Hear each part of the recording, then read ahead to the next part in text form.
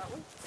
And then we had another couple of people come along and then they just keep it start raining and the others had to go milk until it was sort of like at the 5 o'clock. You've heard about how land use can impact on Waituna Lagoon, and right now you're on a farm. Katrina, what can farmers do to manage impacts?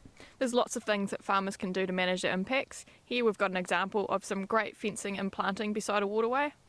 So put your fence up to keep the animals out of the waterway, which stops erosion of banks and also nutrients getting deposited by the animals in the water. And then if you put some plantings in between the fence and the water, that provides a buffer which can filter out any of the flow that's running off with nutrients and sediment.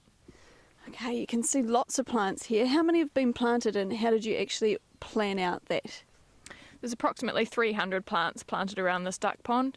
So when we're looking at doing a planting in an area, we look at the area, see what plants can grow there, and then ask the farmer what sort of plants they want to see around. And so that they may just want one type of plant, or they may want a different heights of plants and a variety to give more diversity. And so we'll do that plan for them and then help them with buying the plants if need be and actually planting them as well. Great. So what do plants do? So plants can filter out any runoff that's coming off the paddock, and they also stop the soil being eroded. And of course when it rains, you've got the water flowing off the land. The plants can capture some of that.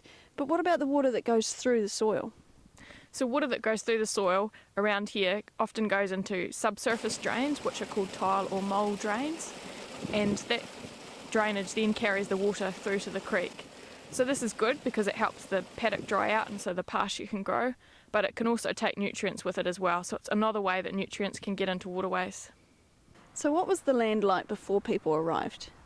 There was lots of wetland areas around and lots of bush, so a range of different plants from really tall trees through to little tussocks, right beside wetland areas like this pond we've got here. So what we're doing around here is really reinstating what we've taken out of the environment. We're starting to put it back in more areas around the catchment. Great, so learning from nature.